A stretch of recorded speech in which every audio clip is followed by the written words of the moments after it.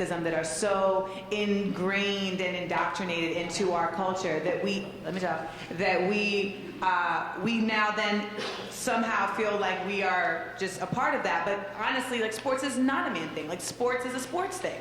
And people participate in it, whether they are men or women or disabled or, you know, transgender, et cetera. I mean, it's an activity. The problem is that it's considered a man thing, you know, and so that's part of the change. But I do understand what you're saying, and I feel like you're coming from a place of wanting to empower. And I actually thought for a second, just a second, but I did think for a second what you said, which was like, well, why do we have to have a word to describe like a powerful woman? You know, like, why can't that just be what it is? And for me, like, I do feel like I have always associated diva with a performance space energy, you know, and then it has then, you know, permeated into our whole world. And then you were speaking just on like a working class level, just on a day-to-day basis of being a diva. But I think that's what this whole discussion is about, just like claiming terms of power and identity. And at the end of the day, I mean, there's just no way to blanket all of that without it inevitably sounding sexist coming from a man. So let me actually ask the next question, because it sort of bridges from what you just said, which is, when we look at our current cultural climate, what is the value of a diva identity? Yeah, I'm sorry, I know we're moving on, but I just have to say, I'm sorry. She's gonna have to moderate me, actually, sorry. I think that he was saying it's all about what is projected. I don't think he was claiming that idea. I'm jumping in for you. He wasn't claiming the idea. But my issue is that, my gosh, quickly, my issue is that the we is problematic. That's what I find is inherently male, right?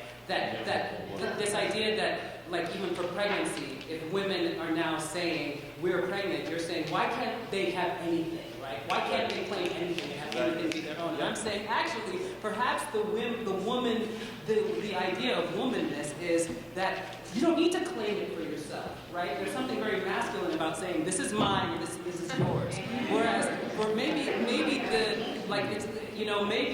the way that we can start moving towards a kind of a distinctly feminine ideological position is to assume less of a binary or a one person owns a thing, claims it, and then you get yours and you get, you know what I mean? I feel like that's where we could really be expansive, right? I certainly... No, I appreciate that. I would like to make a quick statement. I want to say this in the defense, because I came up here not with the intentions to present myself as a man or seem sexist. I came to only use my voice, my own thing. The example I made of sports was only to just showcase just the general things that we associate with on a day-to-day basis. And I think that is the reason that we're having this discussion. Because diva is a general thing. You know, think of anything you could associate it with something. And I think our usual associations doesn't really show the true portrayal of something. And before we go on, and this is going to be my last statement, I do still believe, and this is why I came up here, I do still believe that the very fact that we're discussing that a woman is a diva, you know, and that is associated with a sense of power, and we're trying to reclaim this title of diva to associate it back to power, strong sense of women.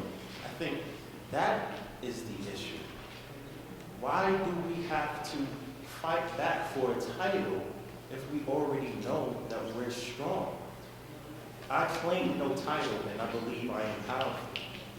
I didn't come up here as a man, I came up here as a voice. But men have, like, you could be a boss, you could be a job, you could be like a player. Exactly, you know but that's the like, thing. That's the thing. That is the problem too. That is the problem too. You're raising a question that really begins to delve into the historical constructions of womanhood and historical constructions of manhood. What roots us, and why is there a need for any kind of assertion if we use that kind of frame that you're positing? But isn't that why we're here? Absolutely. I want synonyms. Like, I want synonyms. I want language. I want as many words as possible to define a powerful woman, you know? So I don't see anything wrong with defining that. I think that, you know, the beauty of language, especially as a linguist myself, like you want as many words as possible to use to get your point across. So just saying woman, that's cool, but it's so much more flavorful to have all these other options and to have diva as an option to say, to define a powerful woman who knows her space and who defines her space, et cetera, et cetera. I want that option. I think it's fly. And let me just say this. I want to thank you. I'd like to thank you for troubling the waters, right? That's one of the things that you said that you wanted us to do, that this is not a conversation where we're all necessarily here to agree with each other. That's not what a kitchen table is, right? So I'm glad that you're here. I'm glad that you gave us to what you had to say. And I welcome anybody who would like to join us in the seats that are around the table. And let me turn now to you. Hi. Yeah, sure.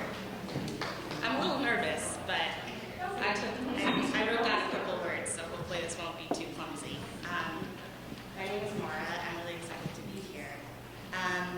What comes to mind for me in thinking about diva and also what's been talked about already is that when words are powerful and complicated, and when I think of diva, I think that it's something extravagant or exceptional. Sorry, that's something extravagant, out of the norm, excessive, exceptional. And for me, exceptionalism is a very problematic word, and I wonder if I think it's problematic if to ask for what our baseline needs are, we have to be a diva to ask for it. To me, it seems it shouldn't be that to be exceptional, you shouldn't have to be exceptional to get what every human being deserves. So I just wanted to add that to the conversation.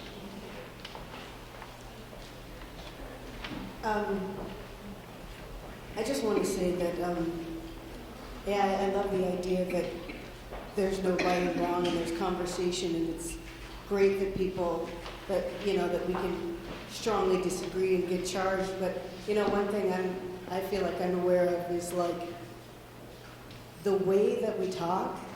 And I feel like a lot of times these discussions can get very academic in their language and the vocabulary that we use. And while I appreciate like being careful and being clear, there's also just like, sometimes if you are not using like the exact correct, careful term, then it can seem like, oh, you're making this assumption, and oh, you're doing this, and you think this automatically. And which may not always be happening. And it's so funny because, I've been thinking about the whole catcall thing, and there was like, in my Facebook community, there was a showdown about what are we gonna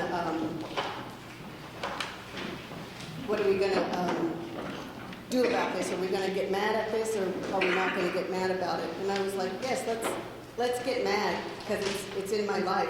But at the same time, I was walking down the street today by myself, unaccompanied by my husband, and they were coming, and there's a little bit of like, oh, I acknowledge that someone wants me to have a good day, but I acknowledge also that on a dime that could turn into like, bitch, I said have a good day.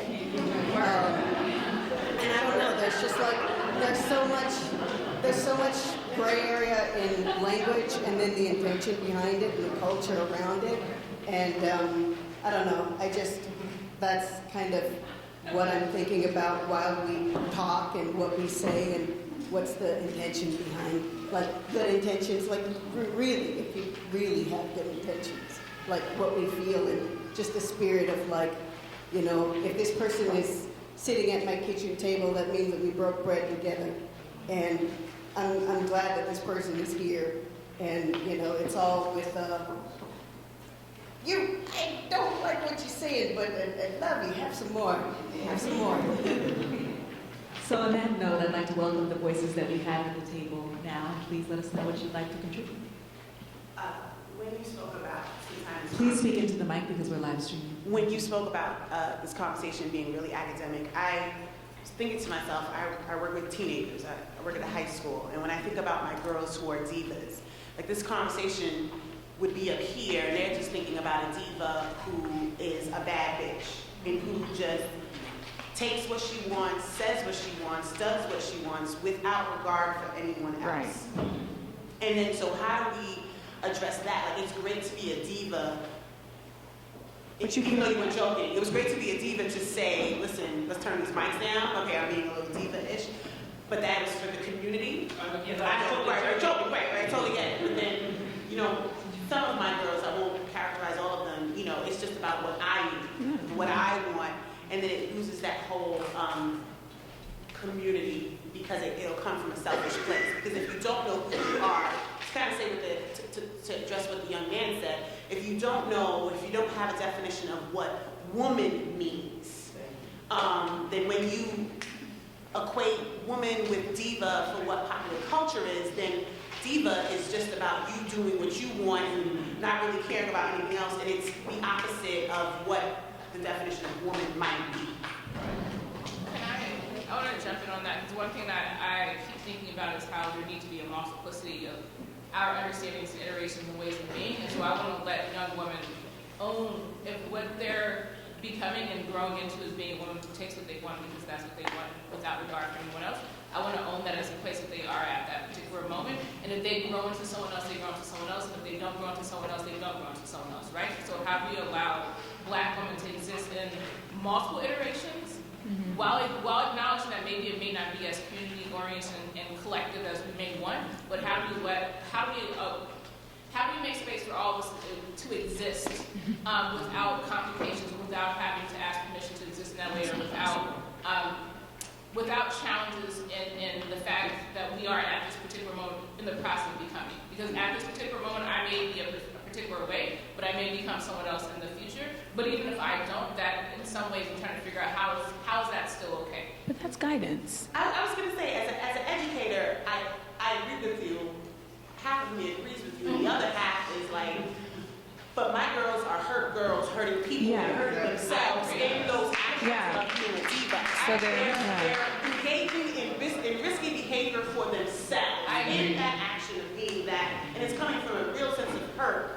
So while I want them to be themselves, they won't necessarily grow by osmosis. It needs some sort of explicit instruction into how to kind of grow. Yeah, I agree, and I'm an educator as well. So this is one of the issues that I often come up against is how do you nurture someone and facilitate this growth without it being a directive or being a form of discipline that further increases them. So thinking about our pedagogical approaches to nurturing Black women in ways that actually nurture them and then give them the opportunities to develop into who they want to become. Because there may be some women who say, like, after I've heard all of this, and after we facilitate all these conversations, after I've seen all these different iterations of being a Black woman, I'm still making the choice to be who that is, who I choose to be, and who I am at that particular moment, and how do we make space to acknowledge that we can't shift everything, we can't shift everyone.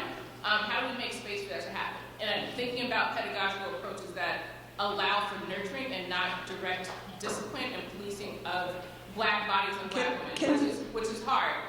I so many different comments now. I do want to say something though now on this, because out of all what was said, what jumped out to me was, and not care about anybody else. And I don't think whether you're a Black woman, a Black man, a white woman, a white man, a Chinese, or someone from Mars, you should be encouraged to become a person who does not care about anybody else. So if we're saying we care about these young girls, then our job is to guide them as we are women. And it is not proper. You don't judge somebody by guiding them. I have nieces who came to me and told me things that they didn't tell